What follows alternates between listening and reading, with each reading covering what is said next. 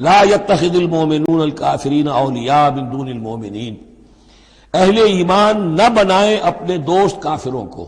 اولیاء ایسا دوست جو قلبی دوست ہو، جو رازدار بھی ہو جاتے ہیں، پشت پناہ بھی ایک دوسرے کے سمجھے جاتے ہیں، یہ تعلق کفار کے ساتھ اختیار کرنے کی اجازت نہیں ہے۔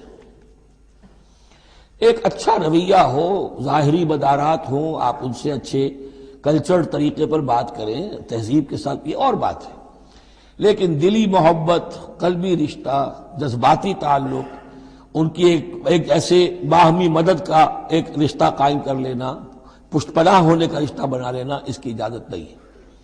لا يتخذ المؤمنون الکافرین اولیاء من دون المؤمنین، اہل ایمان کو چھوڑ کر ان کے ساتھ یہ رشتہ قائم کرنا اللہ کو پسند نہیں۔ ومن يفعل ذلك فليس من الله في شيء، اور جو کوئی بھی یہ حرکت کرے گا پھر اس کا اللہ کے ہاں کوئی مقام نہیں ہوگا، کوئی رشتہ اللہ کا پھر اس کے ساتھ نہیں رہے گا۔ اللہ کے دشمنوں کے ساتھ تمہاری دوستی ہے تو ظاہر بات ہے کہ پھر اللہ کے ساتھ تمہارا کوئی تعلق نہیں رہا۔ الا ان تتقوا منهم تقاۃ، سوائے یہ کہ تم ان سے بچاؤ کرنا چاہو، بچاؤ کے لیے۔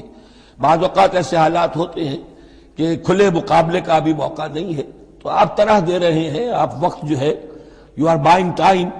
تو اس میں کوئی ظاہری خاطر مدارات کا مسئلہ بھی ہو جائے تو کوئی حرج نہیں ہے، لیکن یہ کہ مستقل واقعی قلبی محبت قائم کر لینا یہ جائز نہیں ہے۔ ویسے یہ کہ اسی پھر آیت کے اسی الفاظ کو ہمارے ہاں اہل تشیع نے تقیہ کی جڑ بنا دیا ہے، لیکن انہوں نے اسے پہنچا دیا اس حد تک کہ جھوٹ بھی بولو، اپنے عقائد بھی چھپا لو، اور اس کے لیے دلیل یہاں سے لاتے ہیں، لیکن یہ بالکل ایک دوسری شکل ہے کہ یہ صرف ایک ظاہری مدارات کی حد تک، ایک حد تک، یہ نہیں کہ آپ جھوٹ بولنے پر آ جائیں اور آپ ایک چیز کو چھپانے پر آ جائیں، بس یہ ہے کہ آپ اس وقت تک جیسے ہم پڑھ چکے ہیں سورہ بقرہ میں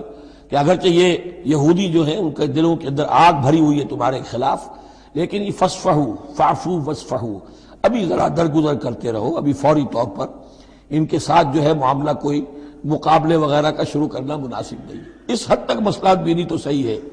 لیکن یہ نہیں کہ جھوٹ بولا جائے معاذ اللہ۔ وَيُحَذِّرُكُمُ اللَّهُ نَفْسَهُ،